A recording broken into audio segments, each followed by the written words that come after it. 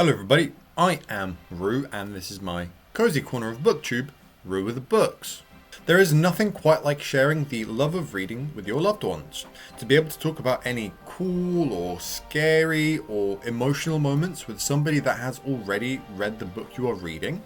To discuss the themes, how things make you feel, and for them to share the excitement with what you are currently feeling about your book.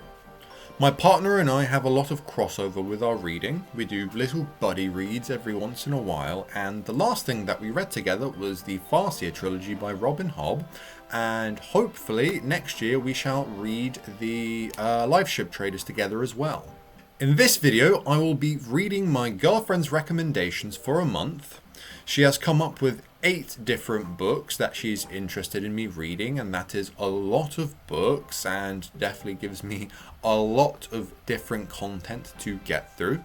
So I will pull 3 whole books from the TBR jar that she has prepared that will decide what I read for the next month.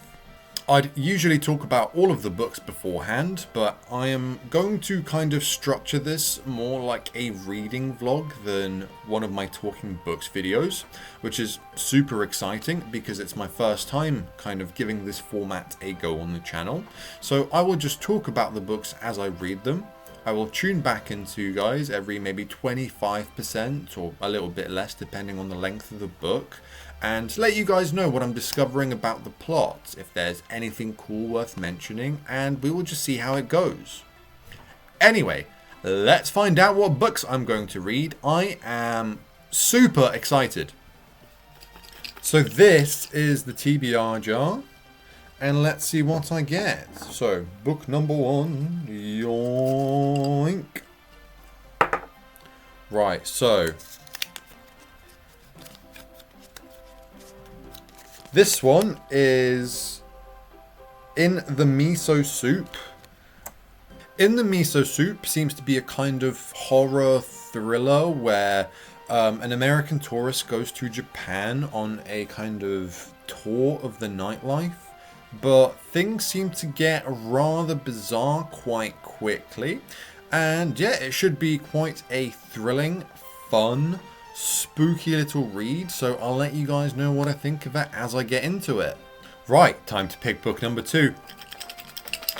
Give it a good shake. Right, so book number 2 is... Right, let's go for... This one calls to me. So next up we have The Color Purple. The Color Purple is a book in which 2 sisters are kind of split apart in their childhood, and it's kind of, as far as I know, structured as a series of letters between the sisters and to different people and stuff. It's about domestic abuse and sexual abuse, pain and struggle, companionship and growth. So yeah, this book is kind of a modern classic. It was published in 1982. So yeah, this is very, very different to In the Miso Soup. And yeah, hopefully I'm going to learn some things and feel the emotions as I read, and I hope that I'll enjoy it. Okay, so time for the final pull. Actually, I'm gonna, do you know, I've changed my mind. I'm gonna pick 4, and if I have time, I'll do a 4th one as well. Right, let's see, what do I get? Bosh, right. So this one is Shuggy Bane! Oh yes, okay. So I'm really excited this one because my girlfriend keeps telling me that this is kind of like a Scottish version of Demon Copperhead, and I love Demon Copperhead. So this is going to be really, really exciting. I get to have something a lot like Something I Love that had a profound and emotional reaction out of me. Which is super, super, super tight. That's awesome. I'm so excited. Okay, time for a spontaneous mid-recording change of plans. As I said, I'm going to pull a 4th one when I originally planned to pull 3. So let's see what I get.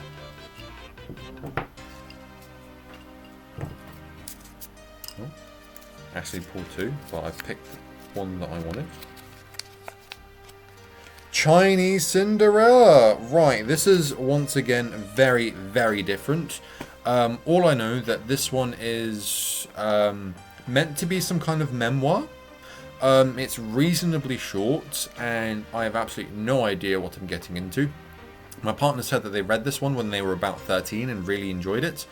So hopefully I'll enjoy it now as a slightly older person, and hopefully it stands the test of time. We shall see. I was originally kind of planning to arrange the books in an order that I felt like reading them, but I think they came out in a kind of banger order, so I will start with Into the Miso Soup for that kind of thrilling, psychological, horror-y kind of thing, bizarreness. Into the Color Purple for a modern classic that tackles themes of, you know, abuse and resilience and a very kind of important cultural touchstone. Into Shuggy Bane for that kind of Scottish poor people depression, reminiscent of Demon Copperhead, which is one of my favourite books that I read last year and one of my favourite books full stop. Into Chinese Cinderella for a memoir of something that I wouldn't ever choose to read for myself. So yeah, that's the plan. And just to quickly show the books that we didn't get, so I didn't get Notes from a Burning Age, which I'm impartial about. I didn't pull How High We Go in the Dark, which I don't remember what it's about, so I'm impartial about. I didn't get The Night Circus, which I would have actually really, really loved to read, because I just love the circus kind of aesthetic. It really appeals to me. It evokes a kind of sense of magic and wonder. So that would have been awesome. And we need to talk about Kevin, which I'm glad I didn't get, because, well, that book is emotional damage that I am not ready for in 2026. Maybe it's emotional damage that I'll be ready for in 2029. We shall see. Okay, so I've started in the miso soup and I'm already about 1/3 of the way in. It's a pretty short book, only about 200 or so pages. So yeah, this book gets off to an incredibly strong start. I was immersed straight away from page 1, so well done to the author. You have certainly gripped me. So, well, what is this book about? Well, it follows Kenji, who gives pink or red tours of Tokyo's, Japan's nightlife. Pink here and red here are a metaphor for the types of places that Kenji will show to foreign tourists. And in this book, the foreign tourist in question is this guy called Frank. And it's really, really, really unsettling, because right from the get-go, we see that there's something very strange and off about Frank. And sorry. Pretty much from the get-go, we get told that there has been a murder in the local area, and a Japanese teenage girl has been murdered, and her corpse has been mutilated. It's very, very graphic. I'm sure you can kind of understand what's been going on there. So, with this in mind, all of the stuff that Kenji finds out about Frank just leads him to be more and more unnerved and unsettled. And even to the reader myself, I feel very, very tense and very unsettled when I read about this situation with Frank. He's got very strange skin that you can't really tell his age. You just have to take his word for the fact that he is, gosh, what I think in his mid-30s, but under different light he looks like he could be in his early 20s or his late 50s. It's kind of impossible to tell. And he seemingly does a lot of lying, and and he doesn't really hold a story very well, so he tells these contradicting stories about his well, previously what's gone on in his life, and he has these very vivid, spooky reactions to certain things that go on, that while he doesn't do anything violent or anything inherently bad, it's that kind of shifting look in his face that causes a really kind of spooky, uneasy feeling that he's a kind of loose cannon that could blow at absolutely any moment. So yeah, really good start to the book. I'm really enjoying it, and I already can't wait to read more. Frank seems to be a really, well, unsettling kind of antagonist. Is he the one that committed the crime? Who knows? We will probably find out. I'm sure that at some point it's going to absolutely hit the fan. Get absolutely ridiculous. But insane to start.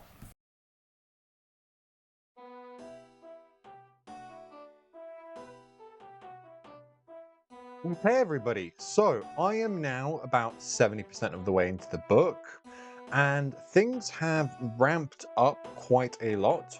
So this book is split into just 3 chapters, and well, the first chapter, which I covered yesterday, kind of builds things up and introduces us to this Frank character, who I mentioned is very unsettling. Well, in chapter 2, the book really delves very heavily into the kind of psychological elements. It's almost like a bit of a chess game between Kenji and Frank, or a cat and mouse game, kind of baiting each other to try and get hints or find out what each other knows and stuff like that. It's very unsettling for the most part, and I really like psychological horror, so this aspect has been really hitting for me. I'd say there's a little bit of a split in chapter 2, where 75% of chapter 2 is that kind of psychological element that I've been really enjoying and hoping that I'd be getting. And the last 25% is where stuff basically hits the fan. I'm gonna not spoil things, because I don't want to spoil things. I think it's a very good book, and if this kind of aspect, synopsis, unique premise interests you, then you should go out and read it. But treading lightly, we get this very horrible, gruesome, terrifying, intense scene at the point where stuff just hits the fan, and it was really intense. It's the kind of scene that really just makes your blood curdle. There's nothing but fear and horror, and you get this kind of really visceral reaction from Kenji to what he's experiencing, and it's done so incredibly well. I mean, it's kind of in an enclosed space. You understand based on the scenes before, kind of who is there, what's going on, what's the vibe, and everything just takes a complete U-turn. It kind of delves into this almost kind of like American Psycho kind of scene. It's really blood chilling, and it kind of ends chapter 2 before it moves on to chapter 3. So what am I thinking of the book so far? Well, it's absolutely incredible. It's probably one of the better short horrors I've read, and I'm very glad that I'm enjoying this book, because I mentioned previously that I've not had the kind of best track record with Japanese fiction. In my last video I talked about Battle Royale, which is an amazing book, and I love that a lot, but I wasn't a massive fan of this kind of fantasy-ish Japanese book that I've read called Hyo the Hellmaker. And gosh, there's something else. I'm forgetting. There's another Japanese book that oh, yes. I read Lady Joker Volume 1 recently, which was a translated Japanese text too, and I wasn't a massive fan of it. There was good elements, but overall I just found it quite dull because it didn't go into that psychological stuff that I was really hoping for, which this book is. So far I'm rating it 5 stars.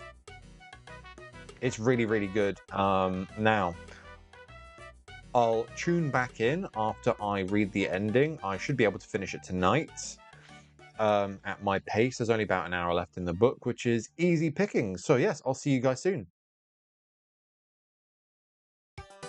Right, so now to tune back in, I have finished In the Miso Soup. So what did I think? Well, in chapter 3, something happens that kind of reduces the stakes for the most part. So that kind of spooky psychology stuff isn't front and center anymore. Instead, we kind of get this backstory for Frank. And it kind of delves into this long monologue with him talking about his past and everything that's happened with him. And there were aspects of it that were very, very interesting, but for the most part, I thought it was okay. I wasn't super invested in this backstory. I think what I was really, really enjoying about this book was the modern day, what was happening in the present, that kind of cat and mouse, back and forth psychology thing that was going on. That was really cool. And for me, this monologue overstayed its welcome a little bit. So that was a shame. But it did have a really, really good ending. It's quite plain, but it's even though it's a very disturbing book. It was very, very beautiful in a disturbing way too, and I think it ended quite perfectly. I would have loved like an extra 10, 15 pages just to kind of explore maybe the after effects or just get a bit more Frank action, because it was really, really cool. So I really, really enjoyed this book. This is a fantastic way to get started with this challenge. So I'm really, really glad I pulled this one first. It sets the scene, and hopefully I enjoyed the rest of the books that I'm reading for this challenge. So overall, I rated this book 4 stars out of 5. I think that little monologue-y section let it down a little bit, but everything else I think was absolute perfection. Alright everybody, so I have begun book number 2, which is The Colour Purple by Alice Walker.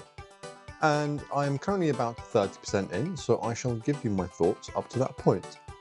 Well, so first of all, we follow Sally, who is a woman and a mother, and she has had a somewhat difficult life. She has a lot of children, and she is married, but she wasn't able to marry for love. She married for the perks that come with it, and some of the downsides as well, though she couldn't predict those.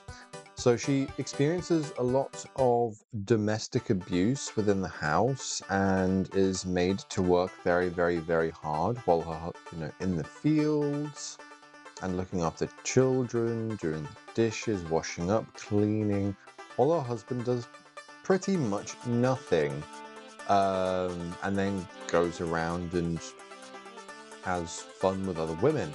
So it's a very sad state of affairs, although, she does have her children and she looks after them, and, she's mentioned that she's really enjoyed certain aspects of motherhood. And she's got one child called Harpo, who is old enough now to, have his own love interests. And it's kind of an interesting situation because we become very well acquainted with his wife, Sophie, and he views his father in a way that essentially, his father's wife listens to him and stuff, whereas his doesn't. So he asks this not very nice person for advice and takes it to heart. So he starts beating his own wife. But that doesn't go as well for him, and he's very constantly actually beaten up. So big up Sophie for being an absolute beast, and we kind of find out her backstory that she's was brought up in a house with lots of men, so she's had to learn to stand up for herself, and it contrasts very much with Sally, who wouldn't hurt a fly. Anyway, enough for anyway, this book doesn't really have a plot, as far as I'm aware so far. It's just kind of the life of Sally and her letters to God. It's not necessarily a super holy book, it's just kind of that all of these letters are addressed to God. That's how every single chapter starts. But I wanted to talk about the prose in this book, or at least the writing style, because it is distinct and I'm enjoying it a lot. It's very accessible, very easy to read, and that is that it's written super conversationally. It's kind of like Sally is really talking to God here. She's not had someone come in and correct her letters. Not to say that she's got spelling mistakes, but it's written very, very conversationally, in the sense that words are written like how they would be spoken. And in that case, they're written in essentially a dialect as well. I live in the United Kingdom, so how I speak is very, very different to how Black Americans speak. And you really get that through the page, and it just works very, very well. It's very easy to understand. I'm not going to say fun, but I'm enjoying the actual writing style itself, and it works well. So yeah, I'm enjoying this book so far. The chapters are really, really, really short. They kind of range from maybe 1 to 5 minutes a pop. So incredibly bite-sized, very easy to recollect everything that's happening. And yeah, enjoying this book so far. So I'll tune back in when I'm a little bit further.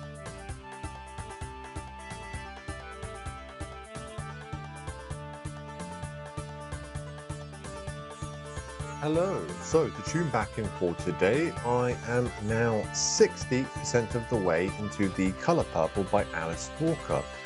And wow, since I last left off, a lot has happened.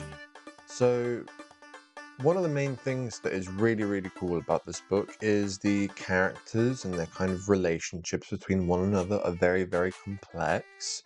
They kind of change over time. New characters arrive and kind of become a very monumental role of Sally's life. And there's some very heartwarming parts. There's some kind of sad parts. New things get revealed. Sally learns them alongside us, so that's really, really cool. We've definitely had some themes develop in this book. It kind of really started off with resilience and hardship. Now it tackles themes of kind of love and discovery. And there was, at the very start of the book, Sally's sister Nellie ran away. And we've not really known what's happened to Nellie, but essentially we've just had a load of letters that have been discovered, and Sally's read them, and it's kind of unveiling this massive sub-story about what Nellie's life has been like, what she's been up to since she ran away. And she's essentially become a missionary and traveled to Africa to teach children and kind of help the local community wherever she is. And it's been a really, really heartwarming kind of story. I was actually really, really invested into it, and I enjoyed it a lot more than I thought I would. It's kind of very interesting to see the kind of way that relationships are explored and what was normal at the time. So a man may have many wives and have many children with those many wives. So, you've got these very large and complex families. And Nellie has kind of befriended certain people and is almost kind of changing the norm of women getting educated, because before it would only be men or boys that would go to school. So her presence is really changing the local community. But then we also see the way that this village she is working in is undergoing change, what they hold dear to themselves. So, certain crops, the farming kind of attitude, but also how, money and corruption and I guess in some sense colonialism is really changing the way that these lands are, and how the villagers are really powerless in the face of all of this. It's quite sad, and there's certainly a lot of emotional aspects related to this. So that's taken up a large proportion of my reading over the last day is Nellie's backstory, what she's been up to, while Sally has been at home doing her thing, and exploring Harpo and his relationship and what his wife's been up to. So yeah, we've got a lot of different plot threads moving around at the moment, and they're all very, very good. I don't really have anything bad to say about any of them. So I'm really, really enjoying this book so far still, and it's really good. I'm glad that this ended up being one of the TBR jar pulls, because it's certainly not a kind of book that I'd read the blurb of and be like, wow, I really want to read this. It's definitely very different for me, but that goes to show sometimes if you pick up something out of the norm, something that you don't really find yourself interested in, you actually might really enjoy it either way.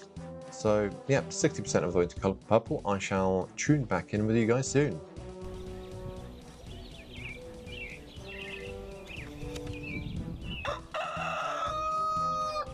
Alrighty, so I have now finished The Colour Purple by Alice Walker, and wow, what a book. So from start to finish, I've been really, really engrossed in the characters. I mean, this book isn't really super plot driven. Stuff does happen over the course of the book to further, these character arcs and stuff that happen. But really, generally, it is super character focused. At the start, Sally is abused, her husband beats her, but over the course of the story, we see Sally kind of become more and more empowered, and she discovers her sexuality, and the dynamics change between her and her husband over the course of the book. And there are so many really, really strong standout side characters like Shug, Harpo, and to name a few others. And they all just have these absolutely fantastic character moments over the course of the book. There's one thing I want to touch on, which is that in the towards the end of the book, there's just some absolutely beautiful moments with Sally, and I almost teared up. It was just so beautiful. We see a kind of reconciliation between two characters that have been kind of at odds with one another over the course of the book. And I haven't even touched on Nettie's story, which is also really good. It sees her be a missionary in Africa and trying to help the community and integrating with the community and kind of considering different types of blackness. How because she was born in America, she's viewed as a little bit of an outsider, so she has to kind of make more of a push to feel like she's integrated as part of the community, even though she's doing really, really good things, teaching children how to read and write and all that kind of thing. It's just a really, really powerful book. I really, really enjoyed it. It's got some very kind of integral themes, so resilience, making something of yourself, love, queerness, platonic relationships. There's so much going on within this book, and considering how short it is, it's just so impressive. So yeah, book 2 was absolutely fantastic of this kind of reading challenge, and I'm so delighted that I read this book. So I'm going to rate it 5 stars out of 5 because it kind of touched me emotionally. I think, as I said, it's really powerful, it's beautiful, it's very sad at times. And really, it's just a book about life, celebrating its ups and its downs. And yeah, I recommend it if you're looking for something a little bit different, maybe a little bit more chill, relaxed, but also something that can really tug at your heartstrings. Alright guys, so I began reading Shuggy Bane and I'm now 25% in. So the first two chapters start off quite shockingly. The first chapter sees Shuggy and I believe it's starting off in the future, or at least in the present, and then it goes back towards the past afterwards. But it sees Shuggy living in this new kind of flat at quite a young age. He's only 15, but he's already started like kind of working for his own money and everything and paying his own rent and stuff like that. And he's got this neighbor who comes over with drinks, even though he's not legally old enough to drink yet. And he pretends to drink just to kind of be social with this guy, you know, not seem weird. A lot of this book seems to be Shuggy wanting to be normal, even though he's quite different to other people. But ends with this neighbor kind of creeping on him, and it sets this kind of tone that it's quite uncomfortable. And then chapter 2, it kind of kicks off with his mum and his dad having a little bit of a date, but very quickly stuff goes off the rails because so it's made quite clear that his mother has a drinking problem and his father does not. So while they go out and she has her drinks, he just has milk, and then he has to basically he ends up dragging her, kicking and screaming, back to the room, and then forces himself on her. And there's this kind of back and forth with her screaming, as you know, just being very loud and boisterous as a drunk, and then the neighbor being like, "Can you keep it down?" And then she's, you know, being a pain, a nuisance, and screaming more. And that's when the father decides to get a bit domestic. So we go from this kind of uncomfortable chapter with Shuggy into seeing what the family life is like. And then very soon afterwards, basically they end up trying to have a new start. But as soon as this new start begins and they move house, his mother is already drinking and the father ends up leaving. So basically for the rest of the book, up until where I'm at, Shuggy doesn't really have a father figure. It's just him, his brother, his sister, and his mum, who is constantly drinking and not being a very, well, I mean, not a great role model, but she's still an okay mother aside from this problem for the most part. So yeah, we see life in this new kind of old mining town, where there's not really much going on, and we meet the neighbors and see that a lot of women are in similar situations to his mother, Agnes, who also have various substance abuse issues, whether that be alcohol or more other type of stuff. So yeah, it seems like it's going to be quite a rough book, but we shall see how things go.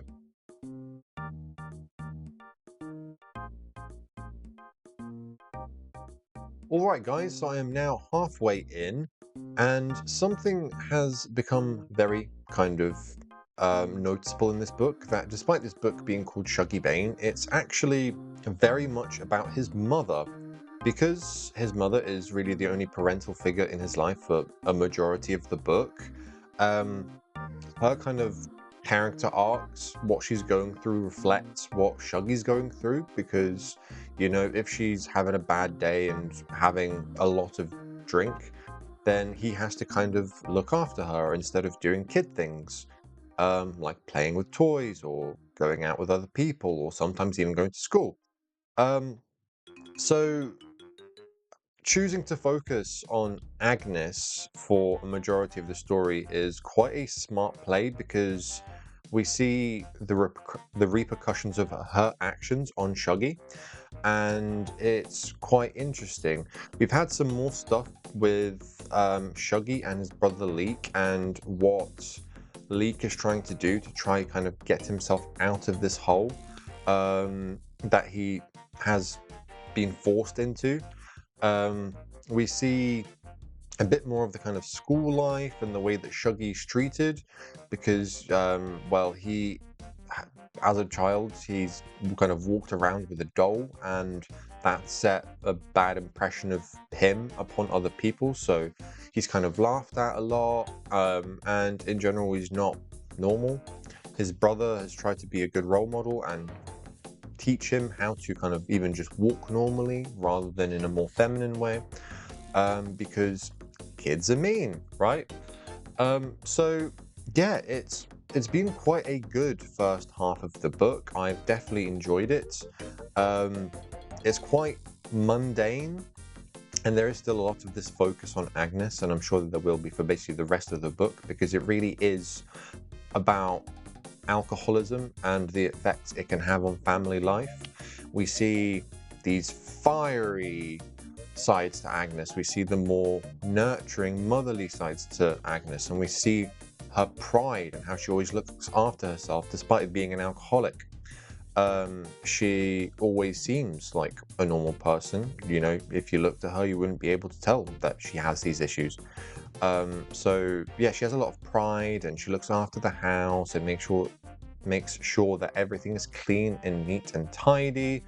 And for a lot of the book, she's on the dole, so she's going to certain places to get money to be able to feed her family, and get herself more alcohol. And they figured out these ways of getting more money from like the electricity meters and the TV boxes, which apparently used to have to put money in back in the day.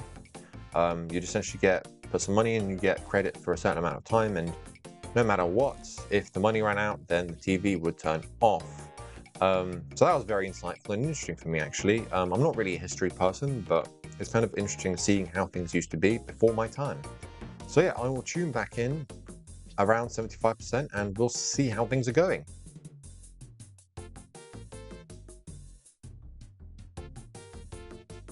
Alright guys, so I'm now 75% of the way into Shuggy Bane, and wow, so this book has now taken me on that emotional roller coaster. I felt very invested in certain characters and what they're going through. There's kind of an aspect where I would have really liked to see a bit more Leap by this point, which is the brother of Shuggy. They're both kind of going through the same situation, but Leek is a little bit older. And with his experiences, he's kind of learned not to be naive. And he detaches himself and distances himself. And that leads his mother to not be super appreciative of everything he does. And in general, his mother is very unappreciative of everything they do, because it seems like they've given up so much of their life and their childhood in looking after her, because, you know, she's suffering this disease, this illness of alcoholism. It's not a literal disease, but it's a mental thing, right? And it's really, really, really sad. So yeah, this book is really good. My girlfriend thought that I'd like this book because Demon Copperhead is one of my favorite books of last year, and there are certainly some comparisons, but I feel like for Shuggy, this is something he just can't get out of, whereas the demon in Demon Copperhead, his life just kind of continuously moves from one thing to the next. He's not really stuck in a specific kind of situation for too long, whereas Shuggy is stuck in this situation where he's dealing with his alcoholic mother and looking after her, as well as with, you know, his personality and everything, all the children nearby that make fun of him and stuff like that. So yeah, 75% in, this book has gone, because for the first 25 half of the book, it's so much about his mother, Agnes, that Shuggy kind of feels like a side character. But now that all the pieces are in place, it really does feel more like Shuggy is the central character, and he's kind of dealing with the consequences of his mother's actions. So yeah, my heartstrings are being tugged at, and I'll let you guys know what I think of the ending once I finish the book.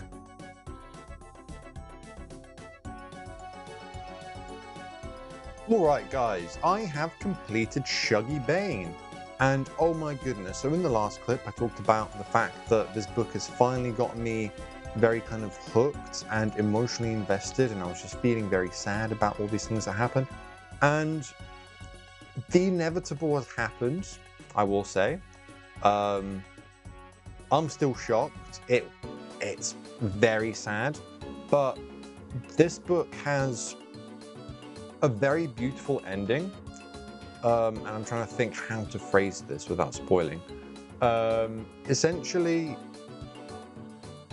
Juggy sees somebody else in a similar situation to his mother, and he's got a friend who their mother is in a similar situation to his own, and they form a friendship over this fact. You know, they've bonded, they've had this really kind of traumatic, morbid conversations about this, talking about the kind of eventual ending of that kind of situation. And the actual ending scene shows Shuggy being Shuggy. You know, he's very caring, and I think he would make like a good nurse, for example, in the future if the book went on past his childhood.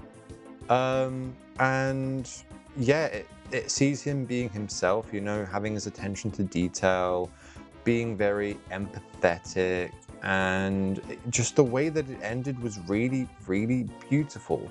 I think it's an ending that will stick with me. It's not super incredible, it's not, you know, action-packed or super crazy, but it's subtle, it's nuanced, it's beautiful. So yeah, I really enjoyed this book. I'm going to rate it 4 stars out of 5, mainly because I just, it feels unfair to say, but I do prefer Demon Copperhead. I kind of prefer the faster pacing of it, that there's more like fixed actual things that do happen in the book. There's a lot of different stages of his life, whereas, as I kind of said earlier, but Shuggy Bane is a lot more mundane. We don't see these different kind of phases of his life. He's just stuck in this kind of situation, and he can't really make the best of it. He just has to live with the hand that he was dealt. But with Demon Copperhead, I preferred that kind of moving, and, you know, the fact there was highs and there was lows. This book doesn't really have highs and lows. It's just, it just is what it is. And I kind of mentioned in the previous clip that I would have liked to see more Leek. That still sounds true, you know. He's Shuggy's brother, one of the only people that he can actually kind of interact with over the course of this book, apart from later on. And I would have liked to see them have more of a solid relationship. It definitely does improve over the course of the book. Towards the ending, they do develop a slightly bigger relationship, and we do see that Leek is very caring and he watches over him. He's almost like a guardian angel. But I would have liked them to actually, you know, be together and have these conversations, or more of them at least.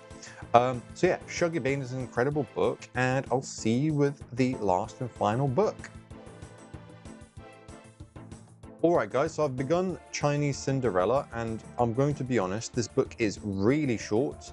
So just over one day, I have read half of the book, so I'll probably just do a 50% and a 100, as I'm currently 50% in, and I imagine that by the end of today, maybe early tomorrow, I will have finished the book. So what is this book about? Well, Chinese Cinderella is a memoir about a Chinese girl who essentially, her mother dies while giving birth to her. And this isn't a spoiler, it's on the blurb, or I think it's on the blurb. Anyway, it all happens in the first chapter. And this kind of leads her to have this kind of bad reputation. You know, she's seen as bad luck or a curse on the family. And she has a lot of siblings, and she's got a new stepmother who despises her. So she really has to fight for a lot of things, you know. She has to, like, she gets her food taken away from her. She gets given the runt of the litter when all the family gets pets. She doesn't get to eat these nice meals like certain members of the family do. She doesn't get the tram fare to be able to go to school. She has to walk. Rain or sunshine, stormy weather, hailstorms, whatever it is. So it's already really sad. I am feeling quite invested in this lady's story. As I said, it is a memoir, so this is fact. I don't know how much of it was maybe played up for the purposes of writing a good story. But the book is really good so far. I'm enjoying some of the friendships that she's made, and I can really see what she's going through. She's got this kind of disposition to try and please. So she's the one thing she's good at, which is academics. She always does her best at school, puts her everything into it, always does her homework, so that she can keep impressing her father by constantly being top of the class, getting these awards and all that kind of thing. So I am interested where the story will go next, this life of this lady who wrote this book. So yeah, I'll check in at 100% and let you know what I think.